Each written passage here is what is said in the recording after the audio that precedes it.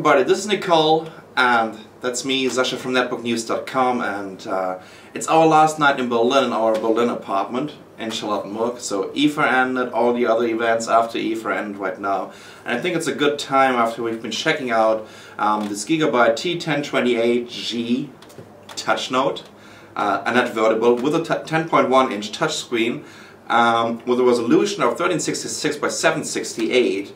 And the both of us, we had these devices like for 4 weeks now? Yeah, almost a month, I'd say, yeah. Almost a month. Actually, we had two of these devices, T1028X and the G. The X is kind of gone because it got stolen out of the press room at the IFA show. But that's one of the things that I have to say, is that the press room is usually a haven to escape the craziness of the show, and that one of our colleagues would decide to steal something from a place that's usually quite safe kind of says what an interesting device the T1028 actually is. And we definitely know what a Kensington keylog is good for, even though I've been always wondering why every netbook and net vertible has a Kensington keylog. Now we know, and sorry Gigabyte, one is gone. Sorry Gigabyte. Well, anyways, 4 weeks of working with a touchscreen netbook or net vertible. Nicole, maybe you can tell me a little bit about the first impression that you got from this device. Well, first of all, I loved it, the way that it spun around and I could use it in tablet form, all the gestures. I moved directly onto Windows 7 immediately, and I found all the drivers worked really great, except for a couple of my favorite gestures weren't quite there yet, but hey, it's not released yet, so we can't be that upset about it. But the one thing that it did take me a while to get used to was how a touchscreen changed my workflow. You're automatically trying to move the mouse to places when you can reach up and hit enter, and you can really speed up your progress once you kind of get used to it. It took me probably 2-3 weeks to really kind of get into it, and now I poke every screen that I come across. So due to the fact that you can use it in this tablet mode, have you ever been using this device in this specific tablet mode, or have you even been using it in an ebook reader mode? Yeah, I did have an ebook loaded on it, but how I found I was using it the most was at the show floor when I would finish editing a video. Then we would kind of be walking between interviews, and I would automatically kind of put in the 3G and start uploading directly so you guys could have videos right away. And that to me was one of the easiest usage scenarios, that I could kind of upload on the go, and then we could kind of pull up the maps of IFA to try to figure out where exactly we were going. It was a nice, comfortable device for me to use at the show. Absolutely, and especially with Windows 7. Mm-hmm. I think there was a huge advantage compared to the Windows XP Home that is installed on this machine right now, the machine that is left, which comes with a Chinese Windows XP, which makes it kind of hard for us to use it right now. But in general, I think this touchscreen option that Windows 7 is offering you, especially when it comes to handwriting recognition, was pretty impressive. So you've been checking this out too, right? Yeah, absolutely. But what was your favorite aspect of moving over to a net vertible?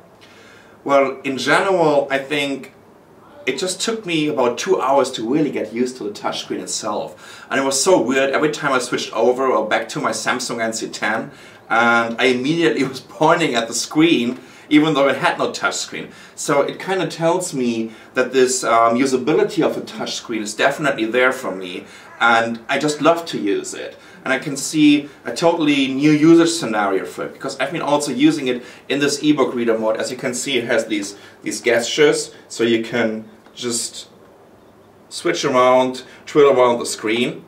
Let's go back to this ebook reader mode, and especially when you're in this ebook reader mode, and the way you can read blogs and the way you can read news sites, so different. Like, it is really like a magazine, right, that I'm holding in my hand, and you just can hold it in your hand like this, and you're scrolling with your fingers up and down. So Gigabyte implemented a couple of gestures to scroll down and up and from the left to the right just with 2 fingers. And I think this also changed my workflow, the way that I use the device in general, and I really like this, definitely. Yeah, and Gigabyte is actually doing quite some good work with integrating their gestures with Windows 7. If you haven't seen the video that I shot about what software I uploaded onto my T1028 to make it my conference machine, they actually saw this video and they said, hey, we noticed that it wasn't exactly 100%. Kind of not fair because I'm using Windows 7 and it's not released yet. But they immediately sent me the early drivers so that I could upgrade my system and have all of that. So on the unfortunately gone T1028, it has these amazing drivers that Gigabyte did a good job putting together.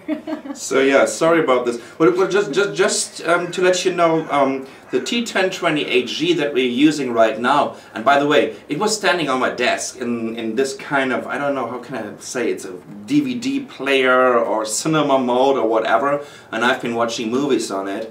And well, this version over here comes with a 6-cell battery, and it offered us between 5 and 6 hours of battery life while we were on 3G, because this is also one of the options or the advantage of the T1028G. It has a 3G module integrated, which is definitely a huge advantage when you're mobile, when you want to be mobile and want to use the system.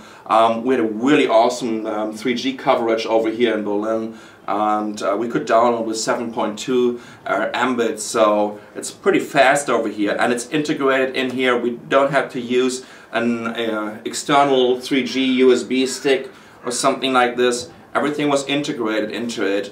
And yeah, I really liked the device itself. It changed my workflow. I got so used to the touchscreen. I'm a big fan of the touchscreen right now. But let's talk also about this ordinary user scenario. How about the keyboard? How did you like the keyboard? Great feedback. But one of the things that I just want everyone to remember is that I'm really hard on my devices. Really hard on my devices. And I actually did have an incident with the keyboard where one of the letters flipped up, but that's because I was so excited. I was really blogging. But apart from that, the keyboard was fantastic. I mean, the big right shift key, the layout's perfect, everything's really good about it. I just kind of felt that with the extreme nature of my usage, the build quality could have been a little higher to stand up to me, but I'm not the average user, so. Okay, whatever that means right now. Well, I have to tell you also, I like the keyboard. I like the layout of the keyboard, the size of the single keys, and the feedback I got from it.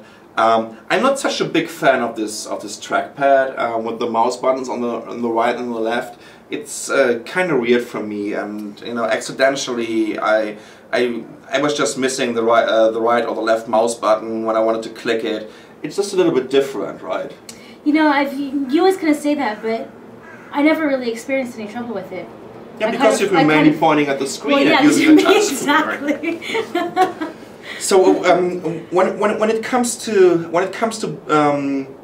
the resolution of 1366 by 768, I think that's a major plus of this device, because it changed the way you're surfing the internet so much, in my opinion, compared to a 1024 by 600 display, right?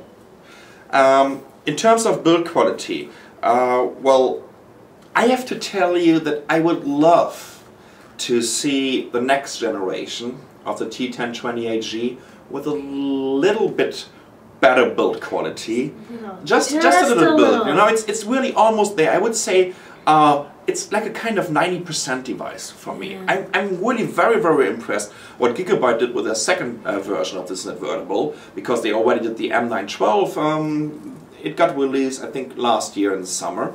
And it's already a huge improvement from the M912, but I would love to have a finish that doesn't feel so like it's a little bit cheap plastic. We have to be honest. Sorry, you know, don't want to blame the Gigabyte guys, but for a price of, let's say, some $600 or 569 euros, that's the price over here in Europe. I would have expected a little bit better build quality. Also. They already had a huge improvement when it comes to the hinge, because it was a little bit loose with the M912, and this changed definitely a lot. But please, for the next generation, make sure that the finish of the enclosure itself just feels a little bit better, and then it would be a perfect device, in my opinion. I mean, because I am so hard on my devices, it's just something that I don't think I could invest that much money into it because I'm not so careful with it. If I was somebody that didn't throw my netbook into my purse and then throw my purse onto the ground, and you know, I'm really quite hard on my devices because I carry them around with me everywhere. And like when I go out for dinner, I throw my purse onto the floor and my computer's in it. So I'm very tough on my devices, and with something at this price, I'd be a little bit hesitant. Right. Only because I'm so hard on it. If I was nicer to my devices, I would buy it in a heartbeat because I loved the way it changed my workflow. I loved everything about it. I loved it in tablet form. Works perfectly for me. Yeah, the plastic could feel a little bit better, but it's just one of those things where if I wasn't so hard on my devices, this would be the perfect device for me. Well, again, she's not the average user. We're talking to a person right now that killed about 3 external hard drives in just a week, right? Just by dropping them all the time. So I was already a little bit concerned when she got the first sample from Gigabyte. So how long it can survive? It survived for 4 weeks. So no 4 weeks in Cold Scott time means roughly around 2 years in average user time. So I think, you know, that just give us a final verdict on the device itself. Well, I would definitely say it's something that I would love to use on an everyday base. Yeah. Definitely. It was always on my desk. I've been using it every day.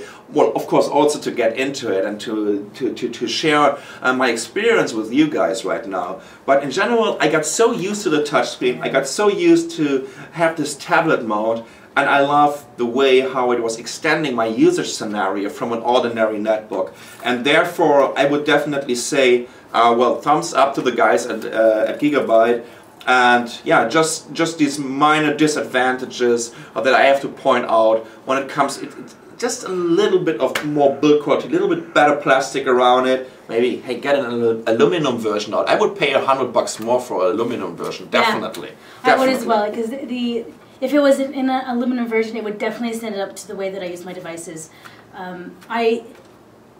Even though I think it should have a slightly better build quality, I would probably almost drop the money on it because to me, it is a next-gen device. Yeah. It is the device that you have to watch out for because sooner or later, everyone's going to need a touchscreen in their device. And you know they're not competing against the ordinary netbooks. So I think even if they would get it in a different enclosure with a metal or aluminum finish, and it would be $100 more expensive, I'm pretty sure they wouldn't sell less of these devices like this one compared to this one, because it's not competing with netbooks. It's more competing with tablets and convertible that are at a price range between $1,000 or $2,000. Yeah. So I think it just, you know, I would love to see an aluminum version of it, or let's say a little high-end version of it, and they would definitely find a happy customer with me or in me with this device.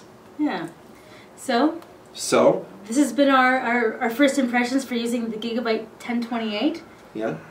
And we definitely love it, I guess. Yeah, we definitely love it. Thanks for watching.